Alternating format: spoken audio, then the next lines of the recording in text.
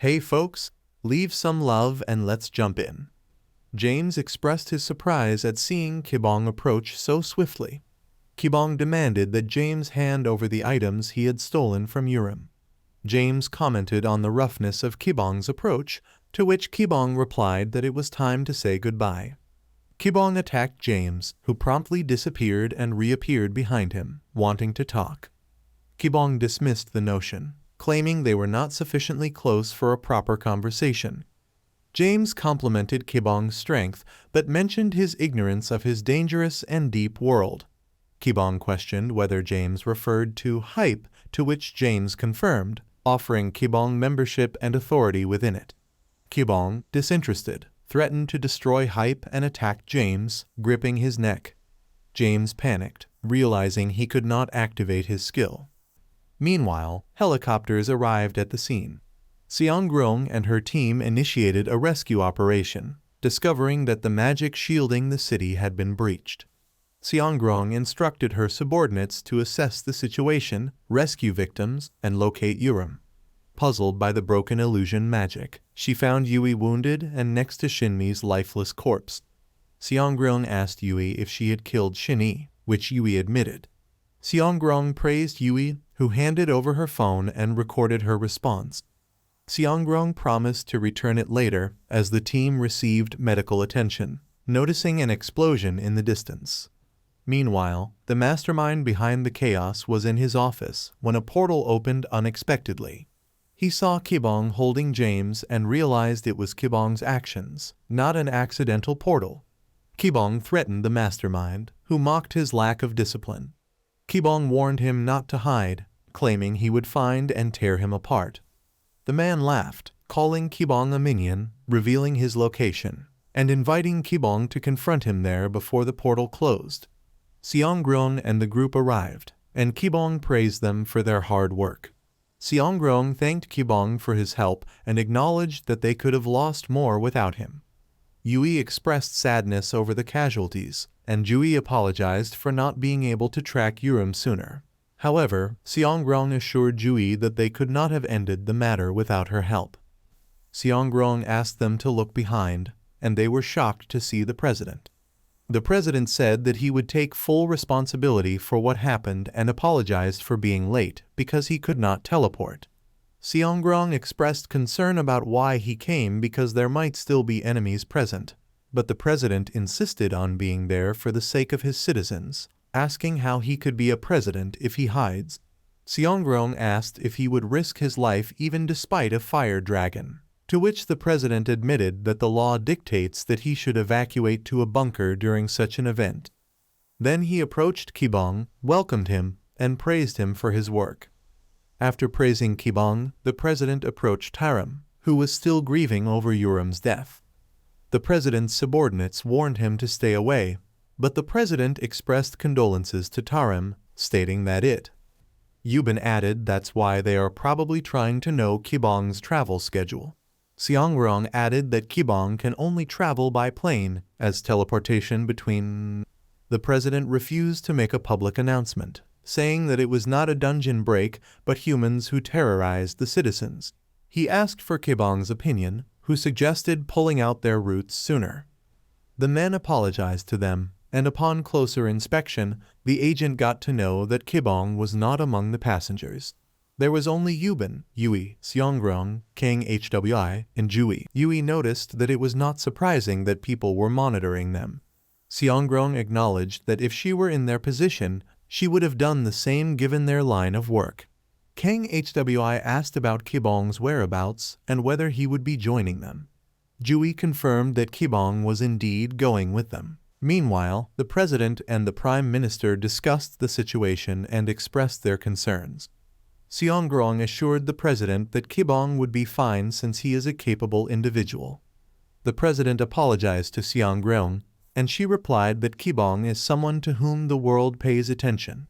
Kibong, on the other hand, was flying to Hong Kong with the intention of destroying the hype.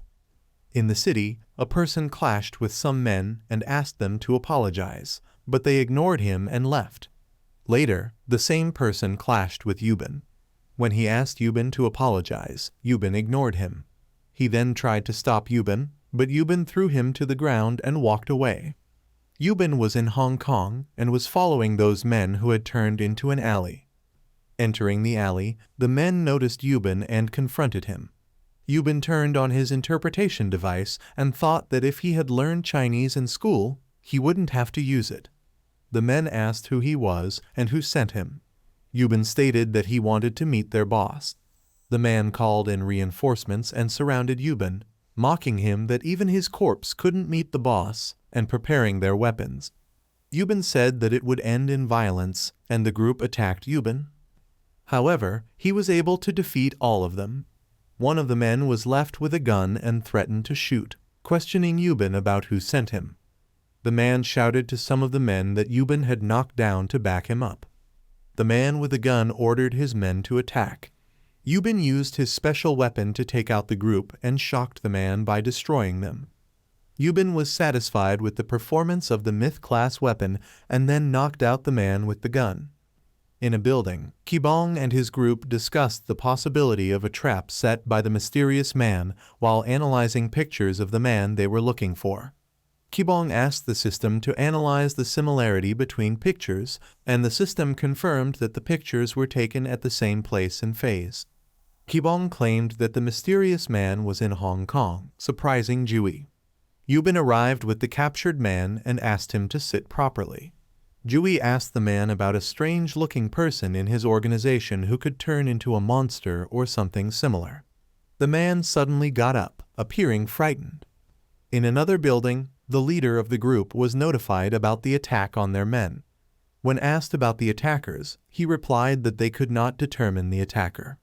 The leader was a scary person, and the man asked him if they should ask for help from them. The leader asked how they could help him and inquired if all of his men were injured. He was informed that they all were. The subordinate expressed regret and apologized, but the boss said that it was not his fault.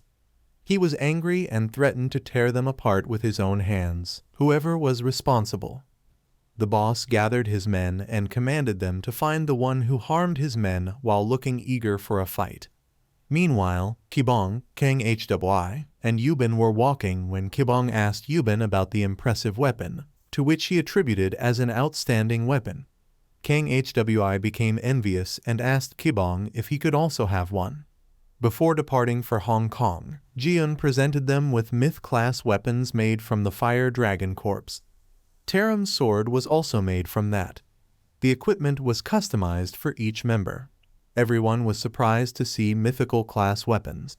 Yui asked Seongryung if they were really giving the weapons to them, and she replied that she could not give them items made from taxpayers' blood. Instead, she would lend them the weapons until their mission was over and asked them to be careful not to lose or damage them. Kang Hwi asked about his equipment, and Jiun indicated to him that the cape was intended for him, but when he tried to touch it, it repelled him. Kibong asked the system about it, and the system notified him that the cape was a repulsive item.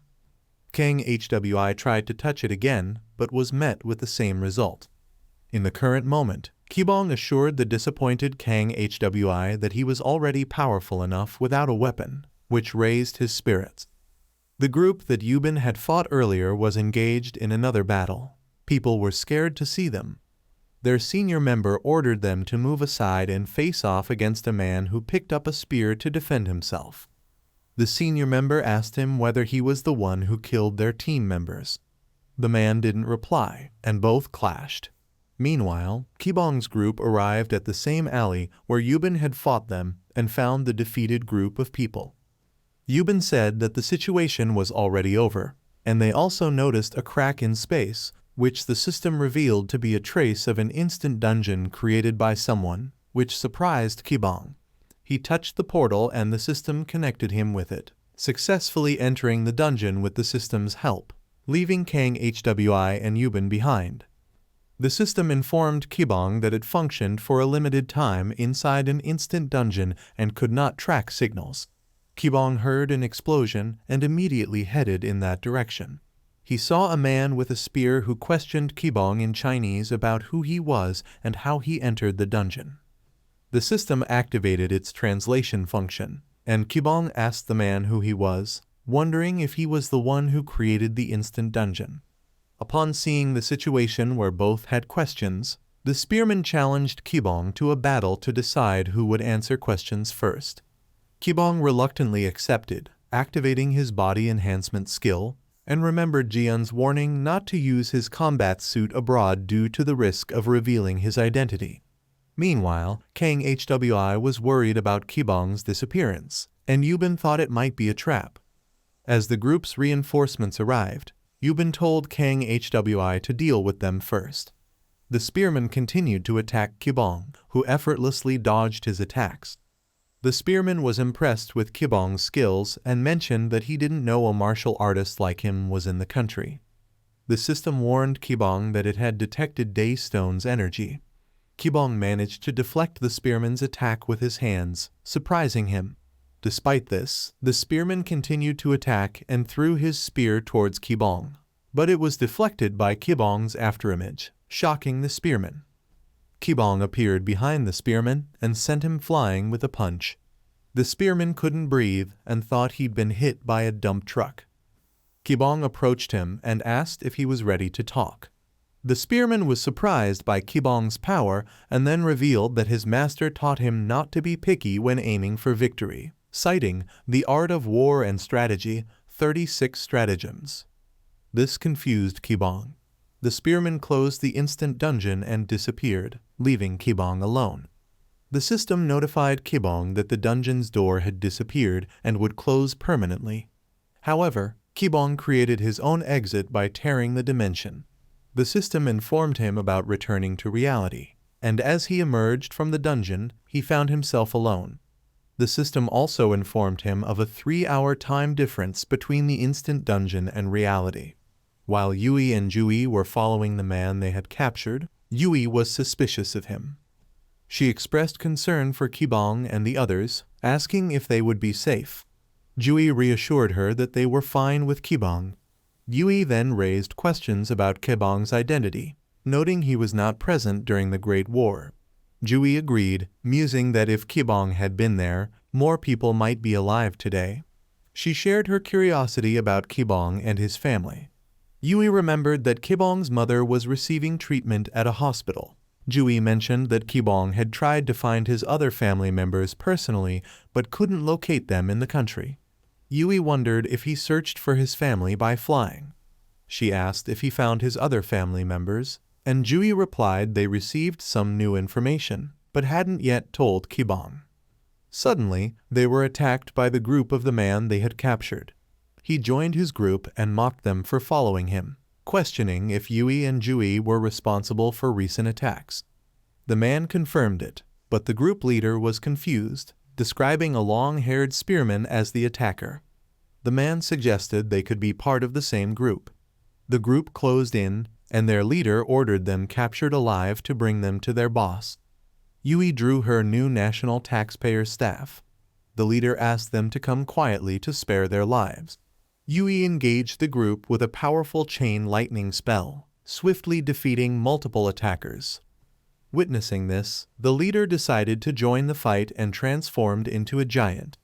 Jie asked if Yui needed help, but Yui refused, saying she could handle the leader alone, which angered him.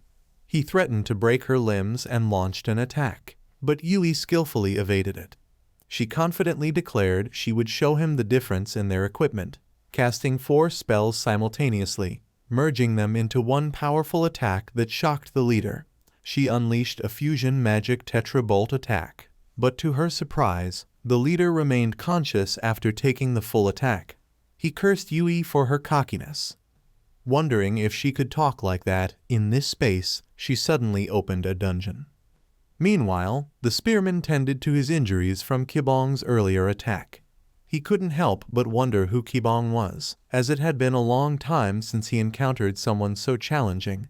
He admitted Kibong was even stronger than his own master. He felt an instant dungeon opening and immediately headed out to meet his master's nemesis. Meanwhile, Yui and Jie found themselves in an unknown location.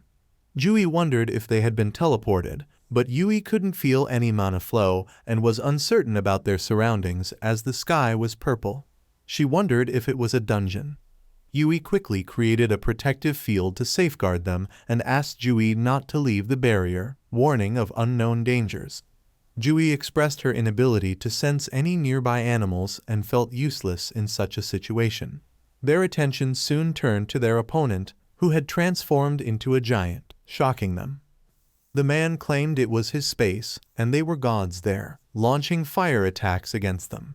Yui was confused as she couldn't sense any mana flow from the enemy, yet he could use magic effectively. Yui was shocked to see a non-magician using magic and noted something strange was happening in the dungeon, mentioning there wasn't a single bug. Yui acknowledged it but suggested they focus on escaping first before discussing it. Yui cast another spell, Violent Tornado, which fused with the fire, but their opponent remained unaffected, surprising her as she had used her full power in the previous attack. 2 more giants appeared and joined the battle, making the situation worse. Meanwhile, outside the instant dungeon, the spearman rushed toward its location, thinking he had found his grandfather's enemy. Upon reaching there, he noticed traces of a recent battle and wasted no time entering the dungeon, wondering what they were planning. Kibong ordered the system to search for Kang Hwi and Yuben.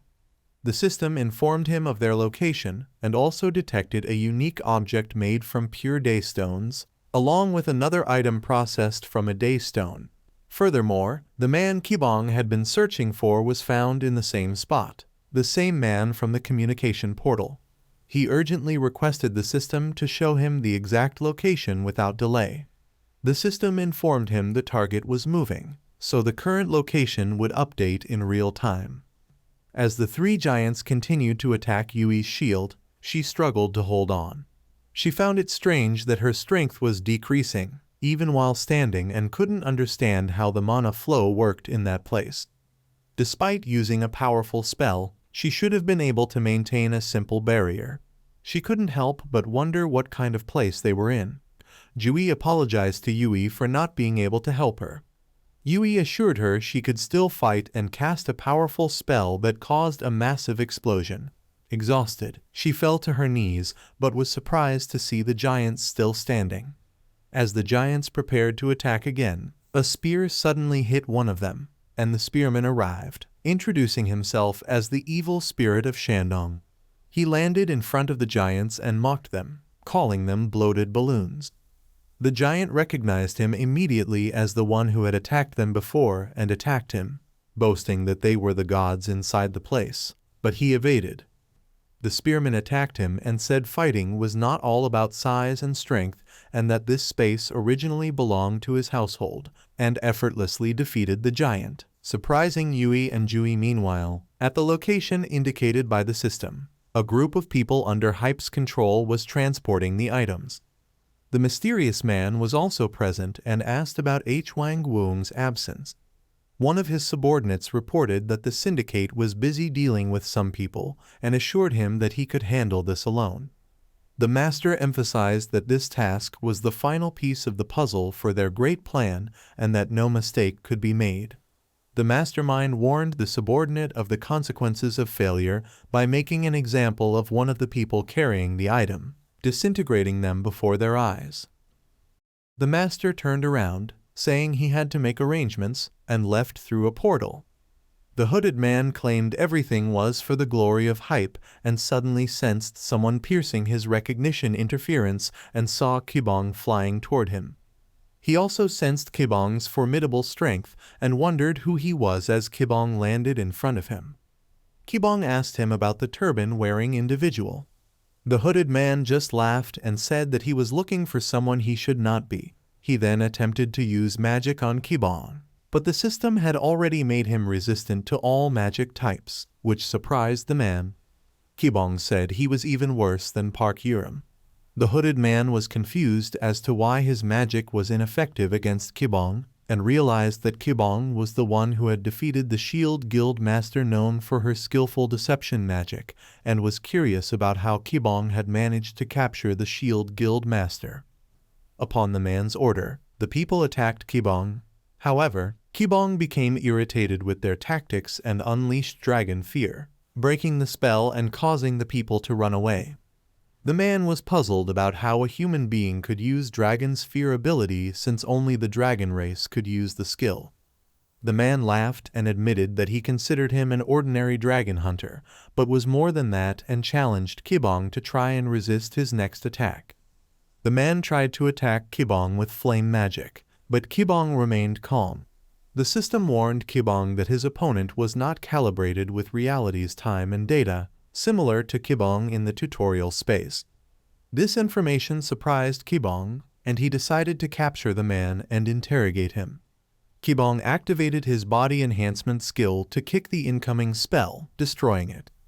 The man was surprised to see his magic attack being blocked for the first time and changed his tactics, creating monsters to surround Kibong. The system alerted Kibong that it could not detect any life force from the monsters, but could sense the energy of a day stone in them, categorizing them as homunculi. The monsters attacked Kibong, which he easily evaded while analyzing them. However, the system informed him that they used to be human, which shocked Kibong. The system sensed a craving for peace in their bodies and requested that Kibong put them to rest. After learning that the monsters were once humans, he destroyed them in one blow. He made a promise to eradicate every member of Hype. Meanwhile, inside the instant dungeon, the Spearman faced off against a member of the Syndicate and taunted them about their current weakened state. He demanded to know the whereabouts of the people who came to Shandong. The Syndicate member responded to the Spearman's question with a laugh and insult, which led to the Spearman stabbing him with his spear. The member refused to talk and instead said that his big brother would seek revenge and asked him to kill him. The Spearman granted his wish and ended his life, showing determination to find all of them. Later, the Spearman noticed Yui and was captivated by her beauty. About her well-being, she expressed gratitude for his assistance. He introduced himself and asked for her name. She told him her name and then escorted them to the exit without acknowledging Yui, which embarrassed her. When Kim questioned the hooded man about his boss and asked for his identity, the man dismissed him as an insignificant bug that had lived for a brief moment and activated his skill, warning not to be too arrogant. They entered an instant dungeon created by the man. Kibong was informed by the system that his powers were limited inside the dungeon. He wondered if the man possessed the same ability as the Spearman. The man launched a fire attack on him, but Kibong dodged. The hooded man then boasted about his long and noble life in a place that Kibong could not understand and removed his hood, revealing his face. Kibong asked the man if he was referring to the tutorial space and asked how long he had been trapped there. The man replied that it had been 200 years without any signs of life or tutorial monsters. He explained that living alone in a void was a horrific experience that Kibong, who had not yet lived for 100 years, would never understand. However, Kibong seemed uninterested in his story. Then, enraged by Kibong's seemingly indifferent expression, the man summoned multiple meteors to rain down upon Kibong, calling him a child despite his supposed 200 years of suffering. Kibong was puzzled when the meteors didn't hit him, but instead transformed into monsters upon reaching the ground. The man stated that his world has always been on fire, and now he would burn Kibong's world, boasting that these monsters were his legion, and ordered them to attack Kibong. However, Kibong effortlessly destroyed the oncoming monsters with a simple punch and continued to overpower the remaining ones with these punches. The man remained calm and waved his wand, causing the pieces of the monsters to surround Kibong and explode. The man commented that Kibong's fighting was impressive for a human, but not enough to defeat Hyljin before turning to leave the dungeon. The man sensed something and turned around, then saw that Kibong was still standing. He assumed that Kibong was badly injured. However, unknown to him, Kibong had only sustained minimal damage and was mostly missing clothes, though his pants were spared, though the system expressed regret about the situation. Undeterred, the man created a massive monster to end the fight, but Kibong swiftly destroyed it, leaving his opponent shocked. Meanwhile, Kang Hwi located where Yui and Jie disappeared, and Yuben expressed worry, prompting Kang Hwi to tease him about Jie. Kang Hwi caught a smell of something unpleasant and went on guard. It was Hwang Woong, the boss of the syndicate and a member of Hype. Yuben asked him what he wanted from them, but the boss boasted that it was his territory and interrogated them about attacking his people. Yuben found an opportunity to attack Woong, but he blocked it, mocking Yuben for a cowardly attempt. Woong's subordinate gave him pictures of people who had attacked them and blamed Yuben for failing to meet the elder because of him. He promised to make Yuben pay. Upon noticing the wound inflicted by Yuben's attack plan, Woong expressed surprise upon seeing Yuben's weapon, which he had never heard of despite his extensive experience with weapons. Yuben admitted that it was a useful weapon. Woong showed his greed for good weapons and declared that Yuben could use it to pay his debt. Kang Hwi expressed his frustration, reminding Woong that they had dealt with his men earlier. Woong found him amusing and referred to him as an immature puppy. This infuriated Kang Hwi, and he launched an attack on them, easily overpowering them. Woong was taken aback by the new power displayed by Kang Hwi, which he had never witnessed before, saying that his power was comparable to martial arts energy. Kang Hwi affirmed this. Woong said that he felt like he was watching a puppy's talent show, which further enraged Kang Hwi. Woong ordered his men to handle Kang Hwi and confronted Yuben, demanding him to surrender his weapon in exchange for sparing his life. However, Yuben cautioned him against being too greedy, as it could lead to a short life, while Woong stated that a stingy object makes one's throat go away. They then both charged forward to start the battle. The hooded man kept summoning monsters from the meteors and claimed to be unbeatable in that space, which irritated Kibong. He effortlessly destroyed the monsters around him, leaving no traces. The man wondered why one could use their power effectively in that space except for him, as he was the creator. After hearing the man, Kibong understood why his attack earlier was weaker than normal. The man recognized Kibong's power and decided to use his final move, injuring himself and spilling his blood, causing the ground to split. Kibong wondered if the continent was splitting, but the man corrected him, saying it was an egg. He informed Kibong that he sensed spirit's energy from strata, revealing the presence of the Fire Spirit King with an 18-star dungeon rank. However, Kibong was unimpressed by the creature's size, remarking that he expected something as big as a planet. The Spirit King attacked Kibong, causing a massive explosion. The man laughed and mocked Kibong, calling him a kid who was stuck in the ground. But Kibong managed to withstand the flames and block the Spirit King's large sword. Then he expressed his disappointment, stating that he thought he was fighting an 18-star creature, but he couldn't feel any significant difference between the Spirit King and the Fire Dragon. He mocked it by saying that he felt warm and comfortable, almost falling asleep during the battle, which angered the Spirit King.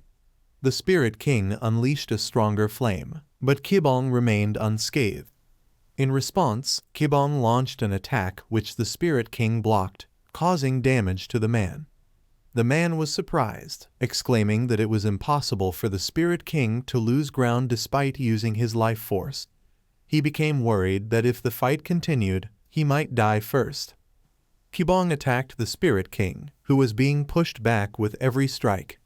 The Spirit King was surprised at Kibong's strength, noting that he was pretty strong for a human being and wondered how a mere human could harm him, the mighty Fire Spirit King. Kibong responded with a sarcastic remark questioning the idea of a king in the 21st century. The man was filled with terror and requested the Spirit King to stop and tried to cancel the summoning. Unfortunately, the Spirit King refused his request, which shocked the man. According to the system, the Spirit King was absorbing the life force around him with his own,